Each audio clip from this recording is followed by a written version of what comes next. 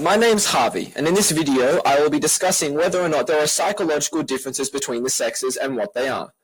To discuss this, I should first outline the significance found in psychological and biological differences, and provide a basic description of the most common biological differences. Biological sex is determined by 5 factors: the presence of a Y chromosome, the types of gonads, internal reproductive anatomy, and external genitalia, as well as sex hormones, such as androgens, which are considered male hormones due to their masculinizing effects, and estrogens and progestogens, which are considered female due to their feminizing effects. Both sexes contain all the hormones, albeit at different levels. Here's an example of a basic biological difference. The third interstitial nucleus of the anterior hypothalamus, otherwise known as the INAH3, the human sexually dimorphic nucleus, which is basically the part of the brain responsible for sexual activity, is 2.8 times larger in males than in females. Now, let's move on to psychological differences. Because most psychological differences are rooted in the brain, we must separate definitions of psychological versus biological. For simplicity, I'll classify any difference that affects social or emotional behavior as psychological. Other differences, such as the hormonal differences I discussed at the start of the video, I shall place under the category of biological.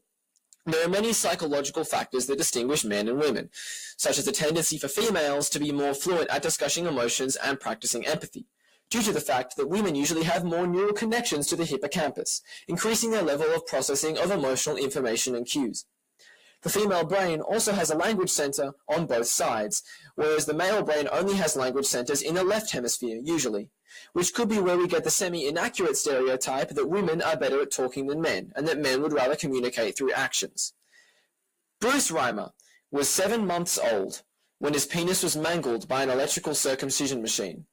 His parents took him to Dr. John Money, a highly renowned sexologist, who had put forward the concept of a gender gate.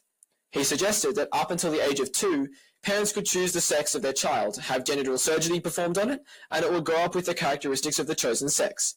Bruce was castrated, had a rudimentary vulva constructed for him, and was raised as a girl called Brenda. However, as Brenda grew up, it became apparent that the gender gate may not have been as open as Dr. Money had claimed. Brenda was showing distinctly masculine tendencies. At 13, Brenda was told the truth. Immediately she felt relieved and began to identify as a male named David. David received compensation for the surgeries conducted on him in earlier life, and paid for penile reconstruction surgery. The attempt at gender conditioning, however, left a mark on his life, and he shot himself in the head at age 38.